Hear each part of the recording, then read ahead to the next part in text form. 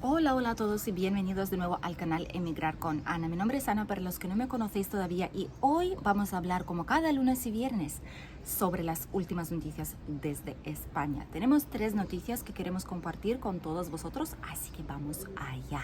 La primera noticia va a ser sobre las 5 localidades o municipios de la provincia de Alicante que están entre los 10 españoles con mayor cantidad de extranjeros viviendo en ellas. Veremos a ver si conocéis alguno o tal vez ya vivís ahí o conocéis a alguien que sí vive en estos municipios.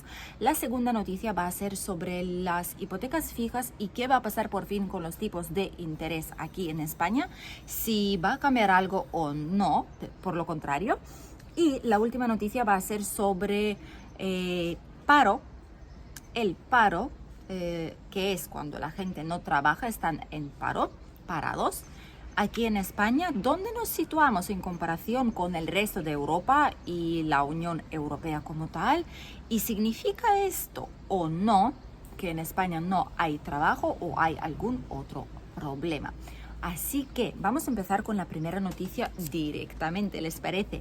La primera noticia va a ser sobre los 5 municipios alicantinos, como ya os hemos comentado, que están entre los 10 de España con el mayor porcentaje de la población extranjera como tal, lo que significa que no son la mayoría los españoles que viven ahí o los que han obtenido la nacionalidad española, sino que son la gente con pasaporte, NIE, permiso de residencia, etc. Oficialmente registrados en el ayuntamiento de esta localidad. Y la verdad es que de media son como 65% de extranjeros que viven ahí, es mucho más que la mitad de la población entera.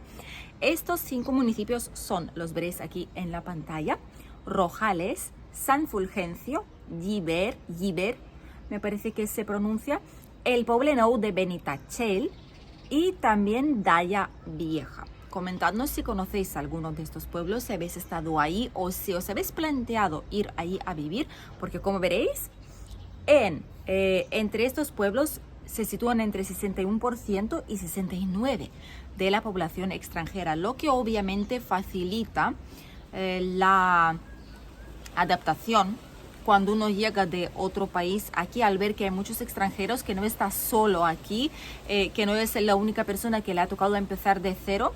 Es un poco más fácil con todas las cosas, con la climatización como tal, al estar en un nuevo país, tal vez incluso con un idioma diferente que no es el suyo, tramitar el papeleo, todo es como un poquito más fácil, no tan estresante, al ver que hay mucha más gente que ha pasado básicamente por lo mismo. Es una alternativa también con los precios un poco más bajos, porque como os podéis dar cuenta, realmente no son municipios grandes, ¿vale? Son poblaciones que están situadas en las afueras. Algunos municipios son más grandes, otros son más pequeñitos, pero realmente es una alternativa estupenda para empezar una vida aquí en España. No hace falta, a no ser que sea por cuestiones de trabajo, no recomiendo nunca llegar a una ciudad grande. ¿Por qué? Porque los alquileres, el coste de vida, todo es mucho más caro y realmente, aunque haya un trabajo, gastar todo el sueldo en alquiler tampoco se puede.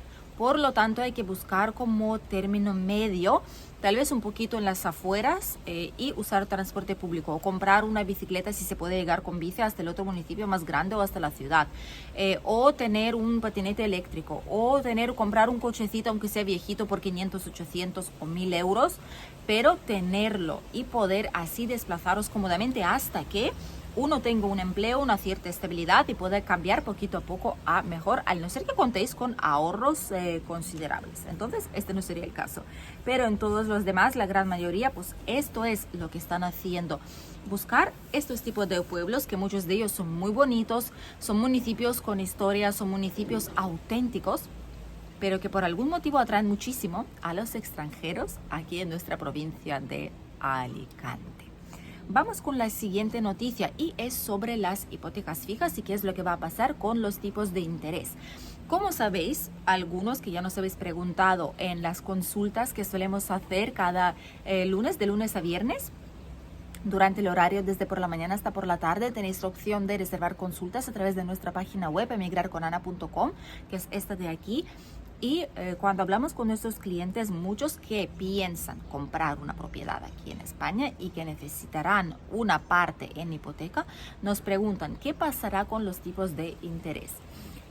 La verdad es que sí es cierto que el Banco Central Europeo ha adelantado que van a bajar los tipos de interés un poquito en junio. Puede ser que dentro de una semanita o 2 semanas como mucho ya van a comentar qué es lo que van a hacer. No va a ser una bajada muy grande, muy notable, pero sí que va a poder abaratar las hipotecas igual 100 euros, 180, no al mes, anual estamos hablando, ¿vale? No es mucha cosa, 10, 12, 20 euros según la cantidad que os toque a pagar y según cuánto va a ser el cambio de porcentaje, puede ser un poco más o un poquito menos. Pero las hipotecas fijas son aquellas que ya se han ido contratando bastante menos en los últimos tiempos y os voy a explicar por qué. Una hipoteca fija significa que durante toda la vida de una hipoteca, por ejemplo 30 años, vais a estar pagando el mismo tipo de interés a lo largo de todo este periodo de tiempo. No va a cambiar, pase lo que pase. Una hipoteca variable obviamente es aquella que cada año, por ejemplo, se recalcula según el IPC o según lo que sea, ¿vale? Según los intereses. También lo que marca el Banco Central Europeo se va recalculando. Entonces, o bien os puede beneficiar y mucho lo que ha pasado durante años para algunas familias, o al revés, se puede disparar el coste como pasó en la pandemia y después de la pandemia. Por lo tanto, mucha gente elige ahora mismo o hipoteca variable o una hipoteca mixta porque se dan cuenta de que seguramente la situación que es ahora no va a poder estar así la economía durante todos los años, lo que significa que seguramente ahora no les sale a cuento pagar un interés tan alto a lo largo de toda la hipoteca, si puede ser que la situación mejore y puede ser que bajen los intereses. Por esto cogen o fija durante un tiempo y después variable, que es la mixta, o directamente la variable y a ver qué es lo que pasa. Yo sinceramente, viendo los tipos de interés que hay ahora mismo, una hipoteca fija puede no ser la mejor opción porque y si en el futuro será mucho mejor la situación. Es como siempre, nunca se sabe lo que va a pasar, pero no creemos que se puede estirar la burbuja más todavía de lo que ya está. No creemos que puede empeorar la situación mucho más. Ojalá sea así y no nos equivoquemos, porque los precios están subiendo, los tipos de interés también, ahora los van a bajar y puede ser que las hipotecas fijas sean un poquito más atractivas y puede ser que los bancos vuelvan a promocionar las hipotecas fijas o vuelvan a bajar un poquito, digamos, las restricciones o los requisitos para solicitar ese tipo de hipotecas, para pelearse, para conseguir los clientes, porque la cantidad de hipotecas suscritas aquí en España, confirmadas y hechas durante los últimos meses, todo este año 2024 y finales del año anterior, ha ido bajando justamente por ese motivo, porque los intereses son muy altos, no es para nada cómodo, sientes que te están estafando, que no vale lo que estás pagando aparte del precio de la vivienda ya. Y por otro lado, obviamente la gente piensa que es mejor esperar hasta que bajen los intereses porque quien quiere pagar de más, cuando puede ser que no sea necesario. Así que veremos a ver qué es lo que va a pasar. Y aquí tenéis también los tipos de interés, cómo han cambiado a lo largo de los años, que parece increíble cómo llegó a cambiar en menos de una década todo. Cuando antes los tipos de interés eran bastante asequibles todavía, ahora están tan altos. Ojalá que cambie la situación pronto. La última noticia que quería compartir con todos vosotros es sobre el desempleo.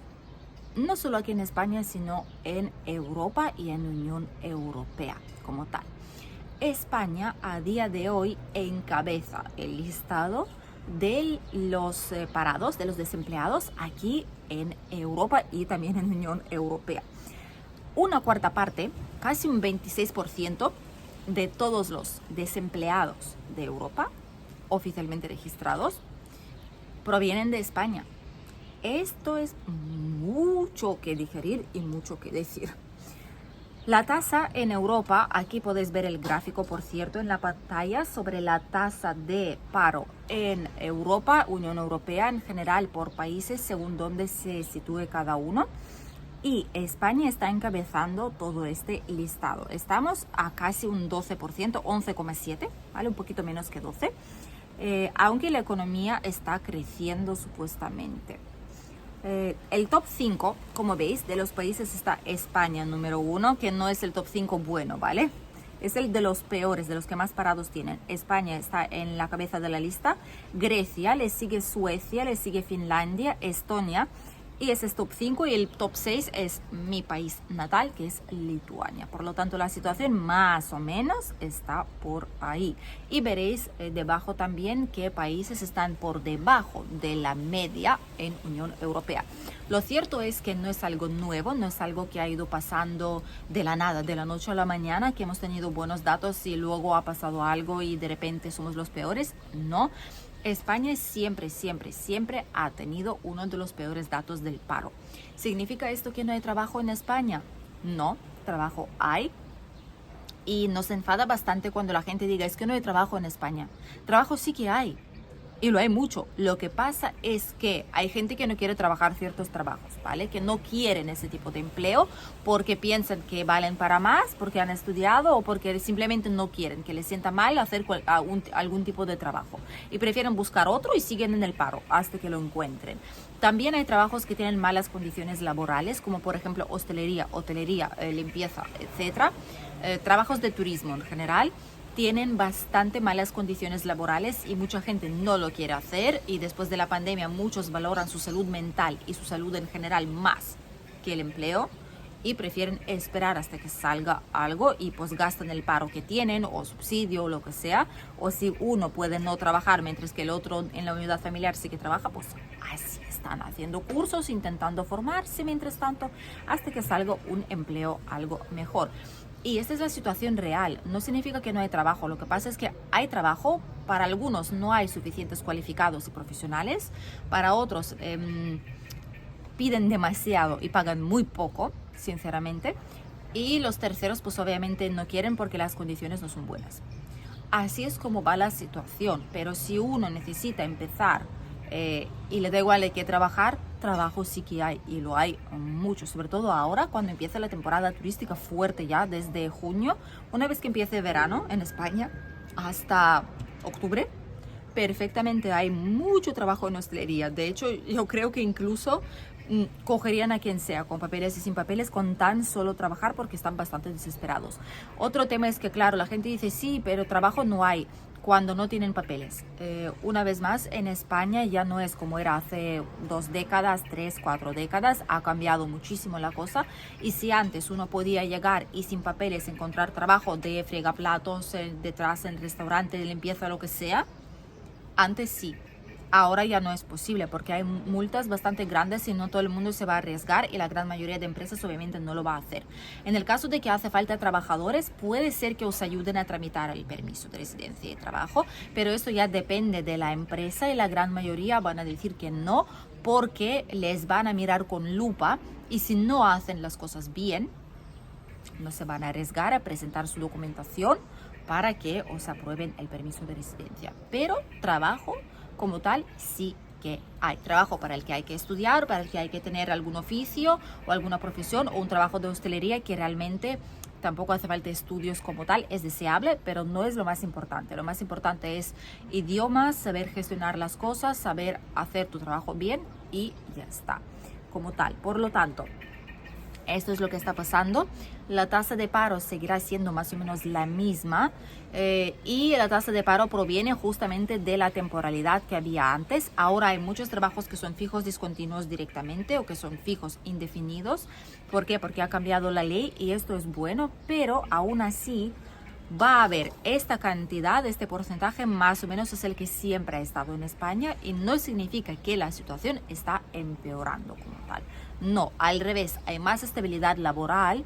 Para muchas personas, las que antes tenían que buscarse entre temporal y temporal, preocuparse cuando le vence el contrato, qué es lo que va a pasar, y ahora ya no se preocupan, saben que saldrán unos meses de trabajo, si pueden ahorrar algo, ahorran, o si no, se buscan algo de trabajo temporal, lo que sea, en algún lado para estos meses que no van a trabajar. Y otros que tienen paro, estos 2 meses descansan, cobran su desempleo hasta que les vuelvan a llamar como es el caso de fijos discontinuos.